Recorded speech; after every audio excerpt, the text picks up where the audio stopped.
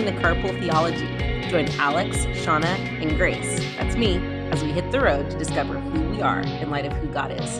Along the way, we'll be joined by friends, authors, and community leaders to discuss the intersection of faith and action and have a ton of fun while doing it. So grab a coffee, jump in the car with us, and let's roll. All right, hello. Morning. Good morning. Hi, friends. We are here. We are. I'm Grace.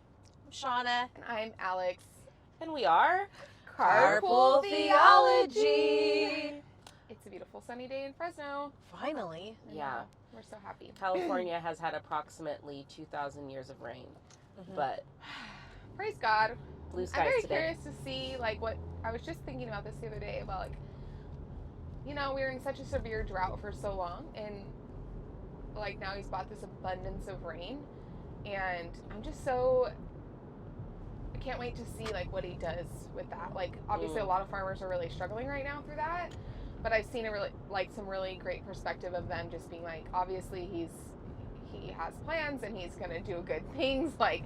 So it's so fun to watch and just to see how the responses of these faithful farmers. I don't know. Sorry, I went on a tangent. No, I feel like there's a sermon in there for sure. But yeah, I mean, it's really hard right now, and you can't necessarily see what's going to happen. But obviously, rain is a good thing. Oh, rain! Obviously, rain in abundance, not so much. I was watching our Great National Parks with Barack Obama last night on Netflix, and he was talking about California and how we are a drought-ridden state. Yeah. And in my mind, I was like, not anymore, sucker. We are downright spongy right now. Downright. Yeah. Well, really before we dive into our convo today, I thought it'd be fun to share, a little bit about what happened in my world last night in before bedtime. Yeah, my mom moment was that first off, I've just been crazy busy, juggling all of the things, and I've been really struggling to get good pockets of time with my kids. And so last night before bed, we have life group after they go to sleep, at 8, and so 16, 17 young adults descend upon my house.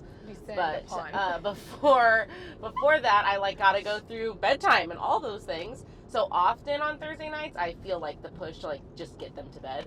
But last night I was like, no, you know what? We haven't hung out. We're gonna hang for a little bit, and so we, of course, had a dance party to none other than the Queen Taylor Swift. Which you actually are among the few chosen that have tickets. I do have tickets. I don't want to brag here on the internet, but that is an accurate fact. Dude, you are in such the minority. I feel like you have to brag.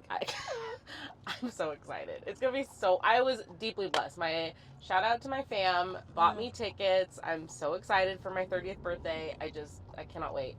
I'm still working on my adoption papers. Yeah, to the fam. Yeah, everyone can be adopted.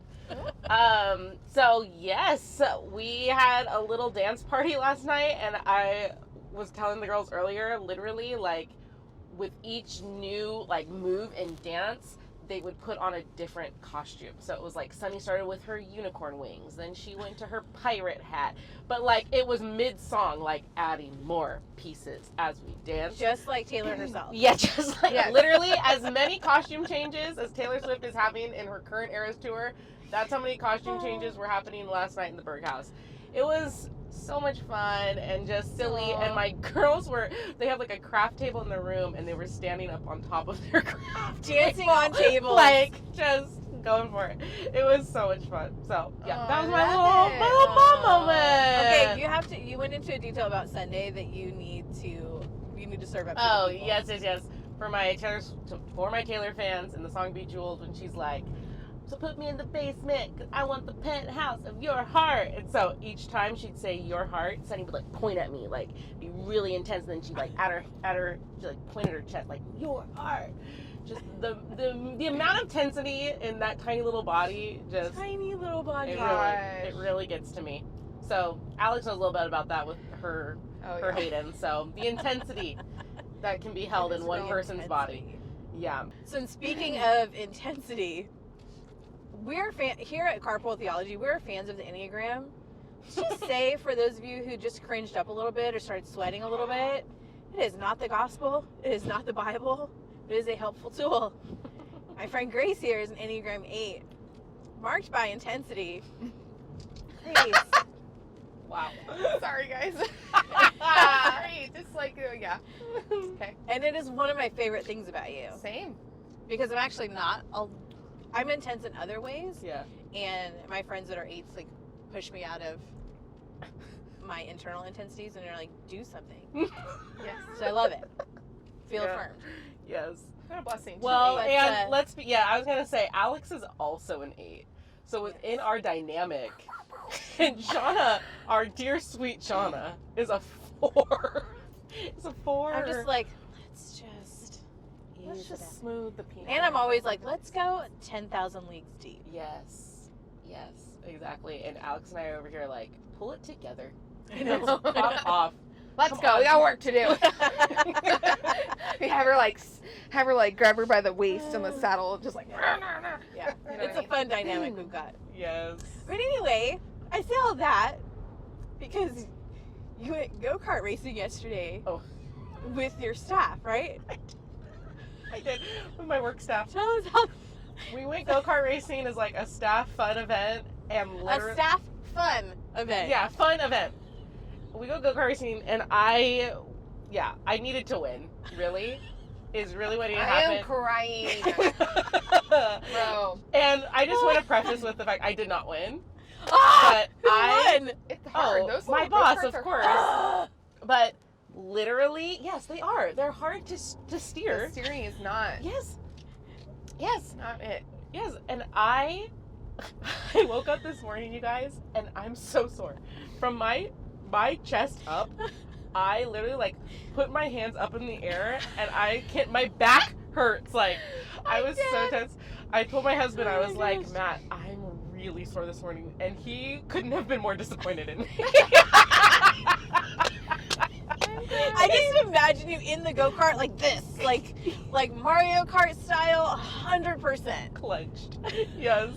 Yes, just clenched the whole Yes. time. My coworker who didn't want to do it because we are not the same, she was watching and she was like, wow, there's a lot of intense people on our staff. And I was like, me? And she just smiled at me. Maybe. I love it.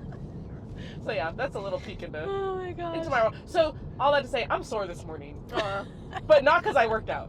Because I went go-kart racing. So peace and Oh my blessings. I love to see it. Oh my gosh. Okay, well, guys, I'm excited about this episode, and it's a little starter into our new series that we're going to be talking about is peacemaking, and yeah, I think we're really excited. And I think how we want to kick this off is by talking about a recent pilgrimage you two embarked on. Most important question I actually have about this. It's like, did you pack bonnets? Mm. Can you? Did we pack bonnets? Yeah, did we churn butter? Did you? Yeah. Did you Travel in a arrive wagon wheel. upon a wagon, or did we fly? I'm curious. Yes, it is a very unique word to It Pilgrimage, is. yes. It is. Yeah. I think of like Eastern, like an Israeli pilgrimage, to like the motherland. Wow. Is really what I think of when I think of pilgrimage. It's not at all what happened. Can you describe a pilgrimage to us? I feel like you're the gal for that, Gracie. Okay. Yeah, we talked about it at length actually on our trip, but I think I also thought of Pilgrim's Progress when I would always hear the word pilgrimage. Like literally like Laura Ingalls and her family like across the west moving in their covered wagon. And so it was really cool to get a deeper dive into what that meant for our group. I think there was about, how many of us? Like 9 or 10 of us that went. Yeah. And really what it was, a pilgrimage is an intentional journey to discover either something about our past or something about yourself or both. And so there's all kinds of historical pilgrimages you can take all over the world. And people often say like they're transformative. I change as I partake in a journey that many others before me have taken. Would you add anything to that? No, I think that feels like a very official definition and very suitable for like what we did. Yeah, totally. So we traveled to Mississippi, to Jackson. So we flew to Jackson, and then from Jackson we got in a bus and we traveled to Birmingham, Alabama, and to what other parts of Alabama were we in? We were in Montgomery, Alabama. Yeah, Montgomery, Alabama. And so we, between those 3 cities, did a lot of traveling.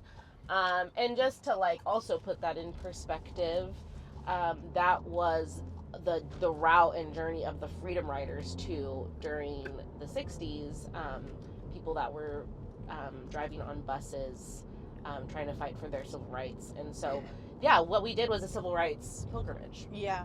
And even before that, I think to like double click on the word pilgrimage, to really like experience things about your history and about yourself in 1 week, you know, because it is a limited time. There was a lot of work on the front end that we did to kind of prepare our hearts and to get, because there's so much history written about that period of time in America that you could spend your whole lifetime and still not know everything. Yeah.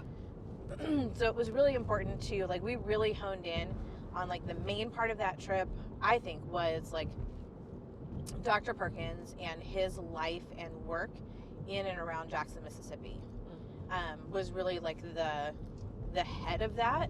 And then sort of the other thing, sort of like we saw how it was all connected to like the bigger civil rights activism in America and during the 60s and even into present day with the Equal Justice Initiative.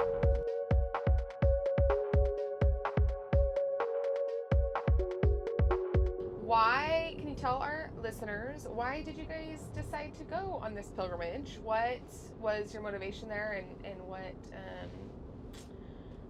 why did you guys want to go?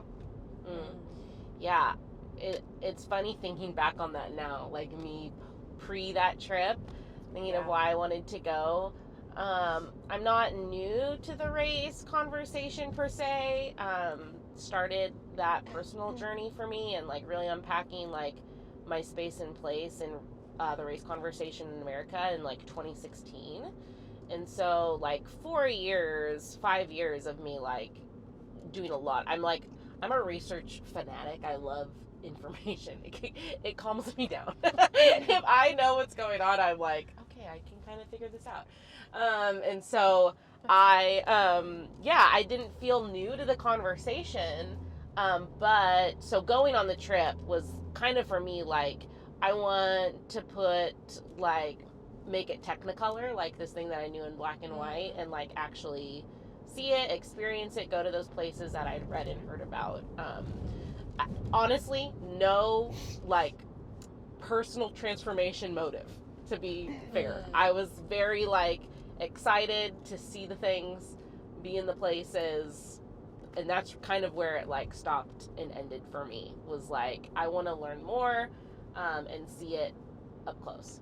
So I think for me, during like I grew up in Cincinnati area, Northern Kentucky, so the race conversation was not new to me. Like the fact that there are like oppressive systems in America is like not news. Like that's not breaking news. Especially with like people of color. Like I can remember walking home from elementary school in our little town, and the KKK was in like full garb handing out flyers in front of the library. And so like it was very present when I was growing up. And so I think I just wanted to know like what don't I know currently? Because it's easy for me to say, or it was easy for me to say, like, oh well, that was there and then. It's not here and now. But then like the news in 2020, you know, and just all of the body cam and all of the like dead bodies, for lack of a better term. Like I know that's really strong, but like just George Floyd, Breonna Taylor, and all Yeah, all of the others, you know? It was like, there's got to be something else going on here, and I want to know what I don't know. And everybody that was on staff with me that had gone the year before was just like, this is such a heavy trip. You know, it's just so hard. So it was kind of like I was expecting to just be like decimated emotionally. And we can get into like whether or not that actually happened for me, because it did, but in different ways than I expected it to. Probably because I am Enneagram 4. Like I'm pretty comfortable with dark emotions. Yeah. Like they don't obliterate me. But yeah, that was kind of why I wanted to go, and it's just like I want to just like support like what they're doing at the Perkins Foundation. Yeah. You know, and Dr. Perkins is getting on in years, and when we heard him, he's mentioned several times, he's like, I'm getting ready to meet the Lord, you guys. You got to keep this going here for me, because I'm out. And for those of our friends who don't know who that is, John Perkins is a longtime civil rights advocate. He was beat in a prison in Jackson, Mississippi, just for being black. He was tried in front of a jury with no conviction. And so with no charges. Yeah. And then beat in that prison, and has dedicated the rest of his life to the community of Jackson, creating opportunities and resources for those neighbors. And so he is the founder of the Christian Community Development Association, one of them. He is like a legend in the Christian world, specifically like in civil rights. And so to meet him before he passed was an honor. Incredible. Yeah. I heard you went on a date with him. I did. Shanah went on a date. Shanah, tell us about this. So one of the days after we went to some of you start out going to these places that pertain specifically to Dr. Perkins' life and legacy. And we got to meet him for dinner, because he's not doing speaking engagements necessarily anymore. But he like came and had dinner with us, and gosh, it was such a long table. There's so many people there. So many of us, yeah. So I just ended up sitting across from him, because like nobody else was really like taking the initiative. So I just like popped my little self in there. I love it. And he and I just had this like he and I talked pretty much just the two of us. Yeah. The whole dinner. Yes. I love it. And I was just like, I felt a little bit selfish at one point, but I'm like, you know what? Nobody else is popping over here, so let's do it. And I just like asked that guy so many questions, and I think what I loved, he's just so like, because his like question for me was like, well, what stood out to you from today? And I thought, with all of your 92 years worth of like experience and people he's met presidents, and he's like, hey, little white girl from California, what'd you learn today? It was so generous. And then I got to ask him like, hey, what is the thing other than like obviously your family, because they have like 8 kids, somewhere around there. 6 that work for the institute. And I said, what is the thing that you are in your vast legacy that you are most proud of, you think? And his answer was not surprising, but so ahead of his time. They started Voice of Calvary Ministries, which started out as like working with schools and doing like Bible club in like colored schools. And they would go into these underfunded schools, and the teachers were like, yes, whatever you can do. And the administration was like, whatever you can do to help support our kids, let's do it. So they had like more leeway than most. And like, then those Bible club students would become Bible club mentors, and so on and so forth. So they had this leadership model that they would go into schools, and then they would like set up the people that are local to the school, caring for the school that they are local to.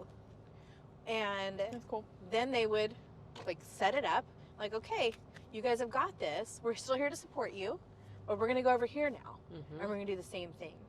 And so that was the thing that he was most proud of, which I think is so beautiful because, one, it goes back to, like, that dignity of, like, you're in your community. You are the community. You know what you need. We know that you're under-resourced and you can't do it right now with what you have in your hands, so let's get stuff in your hands. But you are capable of this. Right. And Go ahead. no, I was just gonna say, and like, you are they're the valuable piece, not us coming in and fixing everything, but like, you hold the key to your flourishing in your neyborhood. Yeah. Which was not an idea that was common at the time. Which honestly is not an idea that's common now. No. So who'd you guys go with? Share that with our friends here. Yeah, so we went for, it's called, at the well we call them exposure trips. Okay.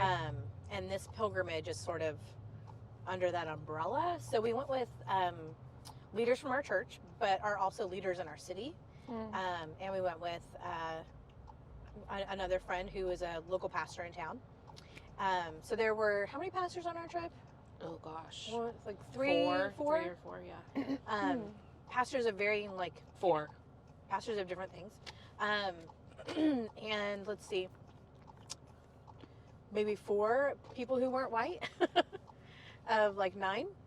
So yeah, we were kind of an eclectic bunch, but like in a really good way. Like, we're all solid believers, like solid in our faith, and like really like, okay, like open-handed, what would Jesus have us do with the information we're about to receive? You know? Yeah. That's awesome. Where exactly did you guys go? Can you paint that picture for us really quick? Yeah, so when we got there in Jackson, we spent the first day, honestly, like, learning terms, like, so that we were all on the same page about what we're talking about. What do we mean when we say racism? What do we mean when we say biased? What do we mean when we talk about activism even? Yeah. Just so that everyone knew, like, okay, this is what we're talking about when we say this word. White privilege. Don't you think that is so missing too in like the culture conversation? Yes, and I think that like common terms. Okay, yeah. Just like you say woke in the wrong circle, and they're like, demon. Yes. Yes. When that can mean 18 different things. Right. It was just really helpful on our trip to be like, hey, when we say this word, this is what we're talking about. That's cool. And honestly, to me, it was one of the more important conversations we had of just like, let's just get on the same page when we're talking. That was really special to me. It was a wise place to start. Yeah, I agree. And I think anyone who's thinking about having this conversation, or if this is stirring up a conversation, please start there. If you open this with your friends, even if you think you speak the same language, it don't hurt to clarify. That was really special and important to me, because even though we were all coming from similar contexts, we're all coming from Fresno, the majority of us are coming from the same church. Everyone comes with their own lens. Yeah. Right? Everyone has their own experience when it comes to race. I didn't know that you grew up like the KKK were getting like pamphlets at your, at your school. Like, I didn't have that experience. I grew up in Southern California, and like me being racially ambiguous was like kind of awesome.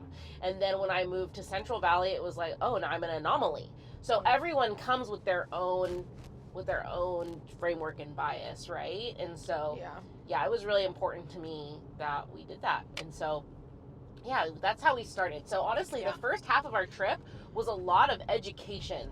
Like, what are we talking about when we talk about the children's movement? And everyone has seen like those iconic photos of the civil rights movement, like of like a German Shepherd dog, like going to maul somebody like out on the street, or like kids getting sprayed by hoses. Like, it was kids that one day decided, we're not going to school today. Like, we're going to go and protest for our rights out on the streets of Birmingham. And so we spent a lot of time. We watched a documentary called Eyes on the Prize.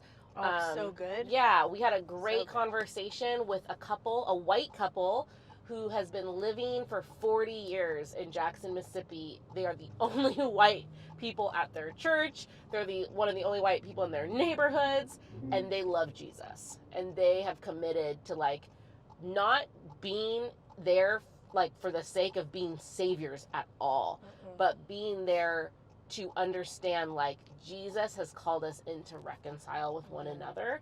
And so what would it look like if my whole life switched and changed and I became a learner and not like the norm, the societal norm. Yeah. And Phil and Marcia are their names, and they're in probably their 70s. And they're still fighting this fight, and they love Jackson. Like they love it. That is their home. And they're still fighting systemic oppressive systems. You know, I think Marcia right now works at a bank helping people get loans, helping people get their paperwork in order so that they can get these loans that are available to them but inaccessible to them. Home ownership things. Pretty amazing. Yeah. I think what really struck me about those first couple days was that we were hearing from people that had been the first people to integrate their schools, their colleges. They were the first people to like kind of break out of segregation and had to endure all that came with that. I think too, like what stuck out to me too was like we were listening to these two, they're professors now, I think both doctors, and Dolphus and Rosie, and they went to a college here in Southern California, and like they were the only black people there. Like Dolphus was the only black man at this college, and he told this story. I don't know if he told this to you, but he was at college, and he at a Christian college, and he heard of Dr. King's assassination, and he tells the story of running to his dorm room and like trying to find a radio just to get more information on this, like what's happened, what's going on, how did this go down. At the same time, hearing his friends in the hallways that he was in class with in a Christian university saying like, oh, we finally got him. Ugh. They finally got him. And he's just in his room. His hero. Sobbing, trying to figure out the details of what happened. And even like hearing him talk about that is like, it's so sad. And I just think about how isolating that must have felt. And then to be able to not carry that feeling of isolation because of what it might mean for him socially long term. You know? Like any feelings he had in that room, he had to leave there. Because there's no one else that he knew of anyway that felt like that to that depth. And it wasn't that long ago. Like he's telling us about it. It's pretty amazing. We got to go to the Mississippi Museum, the Civil Rights Museum. I think something that stuck out to me there was just we learned about Medgar Evers, which was kind of like my biggest takeaway from that place, which he was local to Jackson. He was working for the NAACP and was like their secretary. So he took all the notes from the meetings as they're fighting for rights in that town. And we got to visit his house where he pulled into his driveway after a meeting one night and was shot in the back as he got out of his driveway and died in his driveway with his family, his babies, and his wife inside the house. And just the pure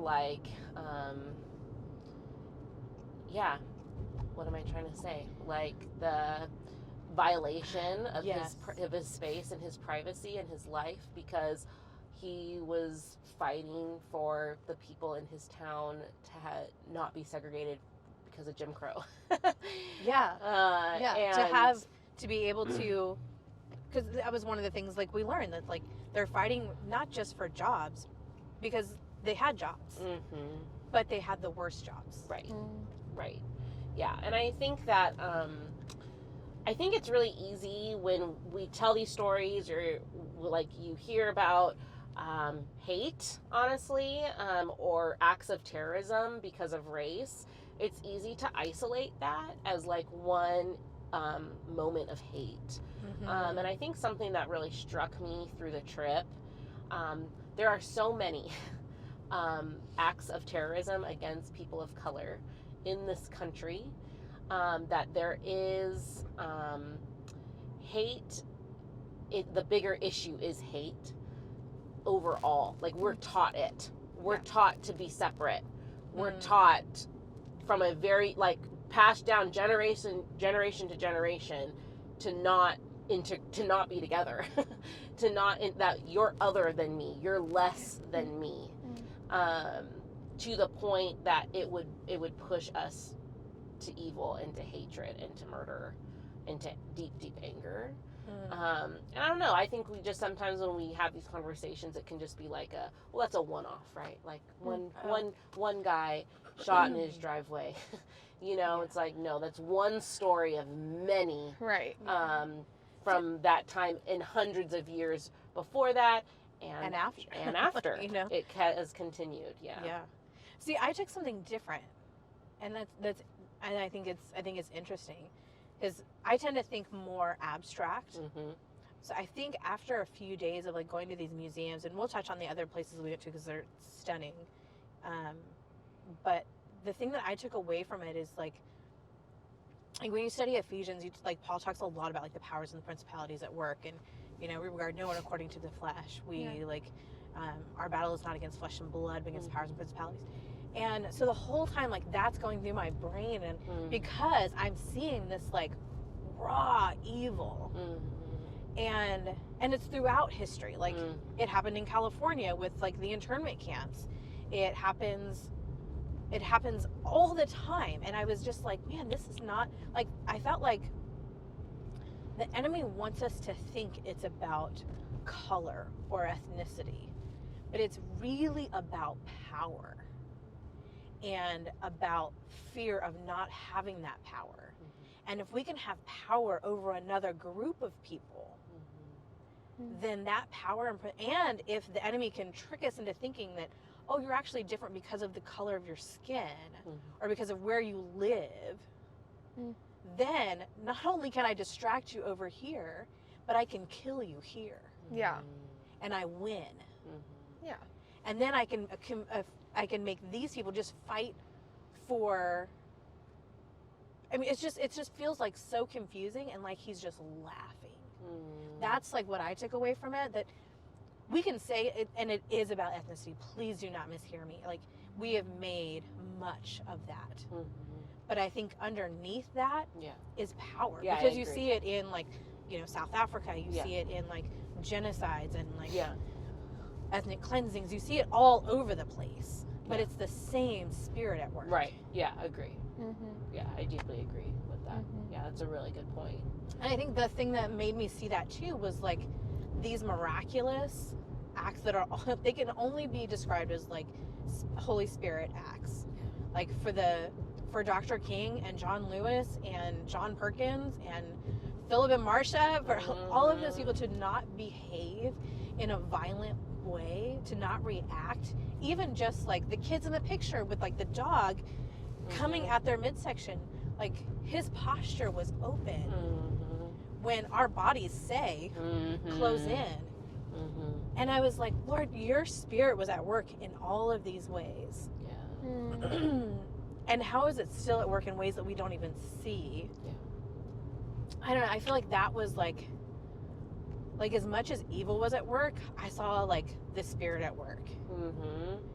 Yeah, I think, going back to the museum, they had like glimmers of hope spread throughout the museum, of stories of people that were fighting for justice, and were doing so in a way that was like, and it's still, in the midst of all of this hard and sad and broken, there were people that were fighting up against the darkness every step of the way. It's amazing. It was incredible. And even times when we're not taught it, like some of the reading that they had us do prior to the trip was about like during times of enslavement for African Americans, when And like they talk about acts of resistance, and when I was growing up I was taught like, oh well, they didn't resist at all. But like they talked about like no, like establishing families was an act of resistance. Playing music and singing was an act of resistance. Gathering in the woods at night, Having gathering joy. on front points. Yeah. Ridiculous. All acts of resistance. And when you see it through that lens, Yeah, you see the power thing there. Yeah, for and sure. I'm just like, wow, like what beauty the African American community has to not only have like survived this horrific part of our history, but to have this like tapestry of culture to come out of it. And I'm like, wow, Lord, that's stunning. Yeah. Like your people are stunning. Yeah.